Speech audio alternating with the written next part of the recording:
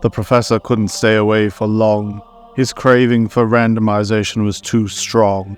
And so we return back to the endless form of entertainment and the most powerful ritual known as Roll for Pokemon! Welcome back to Roll for Pokemon, everyone. I had way too much fun last time not to do an episode 2. And maybe more. Probably definitely more. If you're new to Roll the Pokemon, go watch episode 1 for a good introduction on how this works. I think it's simple enough that you'll catch on though. As always, don't forget to share this video around, and if you play along, comment what you got as well. Let's not dally, let's begin. So today we're using our flamey orange dice. Definitely a Karlach inspired muscle mummy dice roll today. First we roll our d4 for how many stages.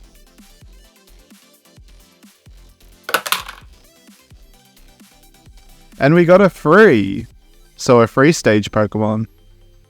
Alright, let's roll our trusty d20 for creature today.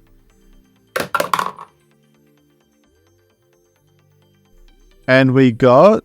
Ooh, if this were any other time this would be a crit fail, but a 1 gives us a lion. Oh, a 3-stage lion. Move over, Pyroar. Okay, now roll our d20 for typing. And our first type is... Poison. And the second is... Oh, a nat 20. Oh, that's funny. Crit fail and crit success on our lions. That means we will roll for 3 types, and this Pokemon has a gimmick form using a variety or combination of the types. For our second roll, we got a 5, so Ghost type. Got that Gengar typing going.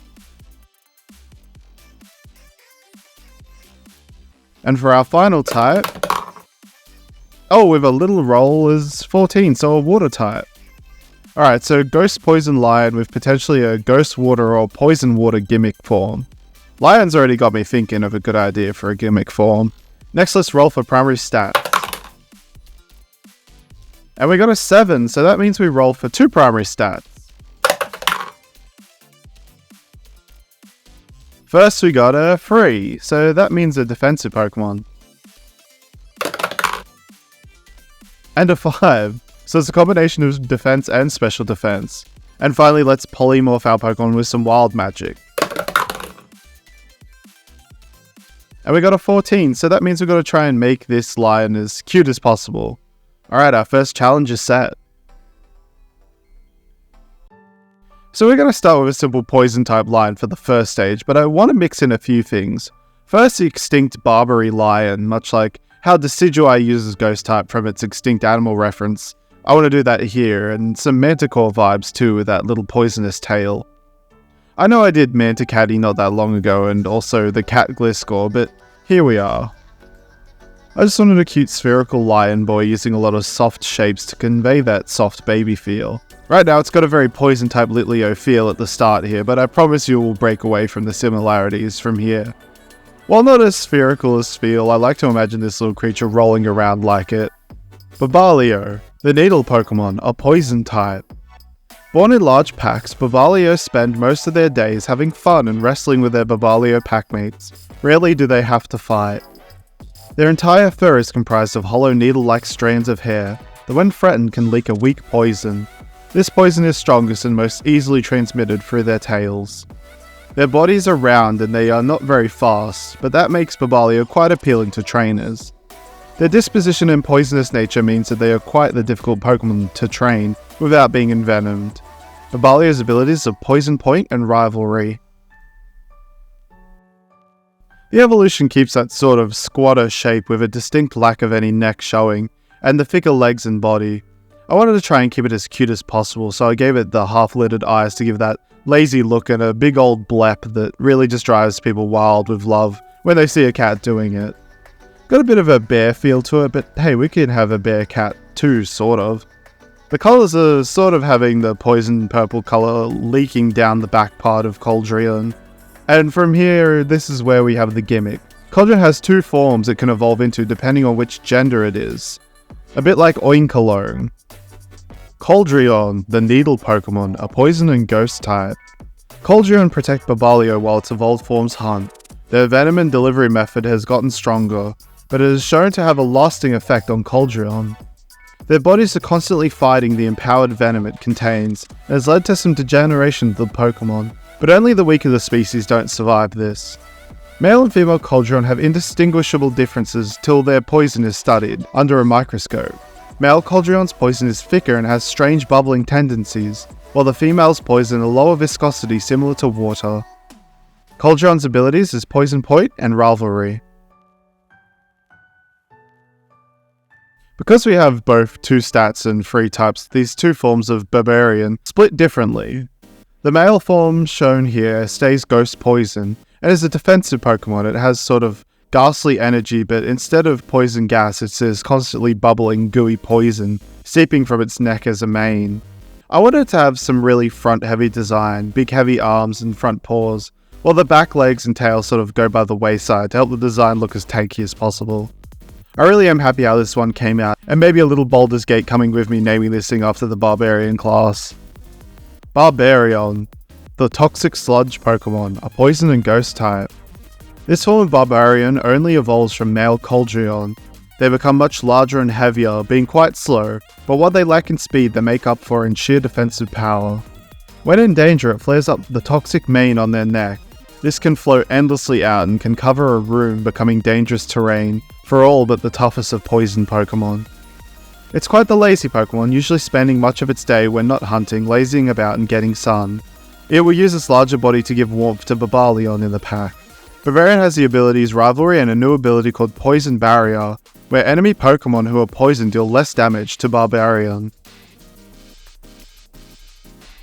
Making a specially defensive Pokemon is interesting. Defense and HP kind of means bulky, attack means like sharp and dangerous, speed means kinda skinny. Special attack is, I guess, magical, and then there's special defense. All the top special defense Pokemon don't really have much of a correlation, but with Regice being second highest next to Shuckle, I've decided special defense is going to be like elementally charged Pokemon. The female form of Barbarian takes the poison water type and a female lion and makes it much more elemental, with literal watery legs and tail pulsating and dripping, and its body looking like it's melting.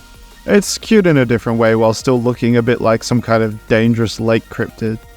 Maybe it's a bit too skinny for a defensive type, but I like the idea of it controlling the watery poison on its body to create shields and barriers and whatnot.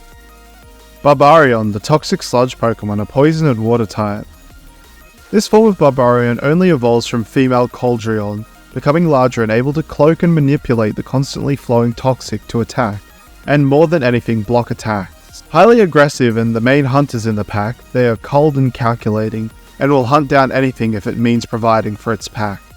It will lick Babalio to help clean them, but also coat them in a special venom that doesn't hurt Babalio, but anything that tries to attack Babalio will be in for a deadly surprise. They are able to shoot liquid poison from the tips of their tails. Barbarian in this form has the ability Rivalry and a new ability called Watery Venom, where this Pokemon has a chance to poison an enemy with attacks that usually proc poison even if blocked. And we return to my shrine. With a little roll I got a 1, so that means a single stage.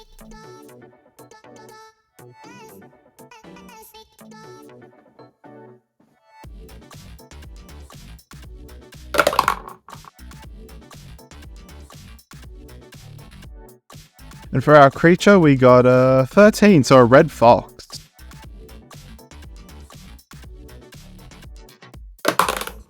And for typing, we rolled a 2, a bug type.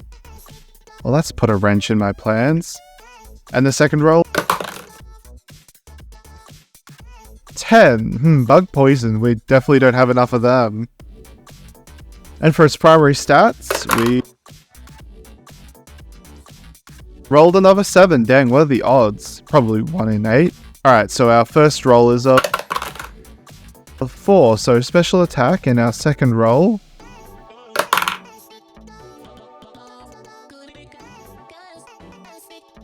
is a 5, special defense. Alright then. And for our final roll, our wild magic, we got a 6, Pokefulu. We're gonna have to get real alien and tentacly up in here. I thought the rolling last time for a food mon would be hard, but in all honesty, just rolling bug type is one of the hardest challenges. Unlike every other type, bug type is a describer, an actual thing from the animal kingdom. Sure, we have dragon type, but dragons can be much more. Just like fairy types, a bug is sort of just a bug. It's like a flying type was called bird type. Look, mama, bird! And honestly, I have no idea how you'd change that, and also it really doesn't matter. Luckily we rolled Pokafulu here, so I've got some leeway. I chose a Shoggoth. It's got sort of insect qualities to it, as well as many eyes and some tentacles to give us some limbs. Slap that on a red fox with some bug features, essentially mimicking that of a red fox, and it does sort of work out. I needed to add in some extra eyes to the bodies, and I think those helped add some fun to the design, as well as those eye stalk. I imagine the poison type would come in the form of maybe like some Stitch-esque spit attack, or acid blood like the actual aliens themselves. I love the Narp Narp meme, so its name is a cute little play on that and on the fox noise con. Weirdly enough, googling the onomatopoeia for fox noises, it said alien languages, so it's predestined, I suppose. Narpnon, the invader Pokemon, a bug and poison type. The first time Narpnon was witnessed was just after a meteor shower, and has been thought to have come crashing down in one of those meteorites. Narpnon seems to have quite a rubbery body and takes on the forms of other Pokemon, although it can't change the colour of itself, and so it is fairly easy to know when one is in disguise. Their various eyes allow it to see in many different spectrums of light, but also allow it to avoid predators with a constant vigil. This Pokemon is highly invasive and push out Pokemon from their territories, and thus catching them is highly suggested. Narpnon's ability is his Unnerve and Sticky Hold. Okay, let's do our last Pokemon of the video. Or Pokemons if multiple. And we are doing multiple as we rolled a 2. And for creature, oh, another nat 20. I'm so good at rolling. But that means we are doing Orca. Yay, horrifying.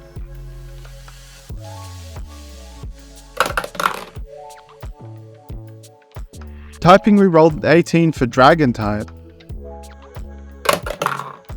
And the 6 for Psychic type. Cool, Dragon Psychic isn't a very used type. Alrighty, primary stats. Speed, gonna be a speedy Orca.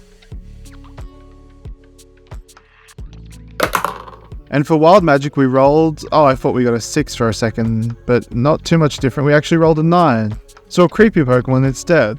Let's get to it. Orcas are creepy by themselves. I wanted to play up in both forms the fact that those white spots look like giant eyes, so both of the forms had these little real eyes, and massive fake eyes on their brain humps, which show that Psychic type, and Draconic Maws to the Dragon type. Making them speedy was hard. I made them small and thin enough, but in the first form I really played up most of all the big fake eyes. Sadly, even though it's creepy in a way, it's also cute. But having a baby whale-like creature is hard to make them creepy. For colours, I kept it to this soft pink, white, and dragon-type blue, purple. Simple but effective baby. Or Cranial, the false eye Pokemon, a dragon and psychic type. Seeing Cranial's false eye deep in the ocean is a distinct warning. Get too close and it might violently attack you. Between their powerful draconic and psychic energies, Cranial is a force to be reckoned with. They have seemed to have evolved from the Wailmer family a long time ago, and unlike Wailmer, Cranial is built for speed and is able to use the psychic energy it contains to reduce drag in the water. Its brain is constantly growing, and at a certain point it will undergo evolution and become the leader of its own pod of Cranial. Cranial's abilities is Analytic and Thick Fat. For the Evo, I wanted this large or long whale with an off-putting fake eye and all across its body these white spots that if in the dark of the ocean would look like many eyes.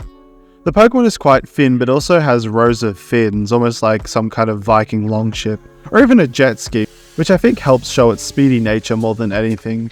This looks like some scary late game encounter, some kind of enemy divergent evolution from Whale Lord. Orcula, the Sea Titan Pokemon, a dragon and psychic type. Orcula evolved both a streamlined body and advanced brain to allow it to move with blinding speeds through the ocean. It hunts prey with no mercy, hunting Ice-Q and even the likes of Beartick. If a Pokemon it's hunting is on top of sheets of ice, it will burst out of the water and freeze their entire body and mind using its psychic energy. Not a single struggle to be had from the prey. It's said that certain submarines have gone missing due to Orkilla, hunting them down while they have wandered into the Pokemon's territory. Orkilla's abilities is reckless and thick fat. Alright, that's episode 2 of Roll for Pokemon done. As we go along, any suggestions for creatures and wild magic I'll swap out for ones we've already done to keep it always fresh and fun. Comment what you think of the Pokemon created in the video, as well as any prompts you want for creatures and wild magic. And don't forget to like and subscribe and share this video around. Hopefully soon there'll be an episode 3 of Roll for Pokemon, but for now we will continue on our Starred adventures. See you soon and thanks for watching.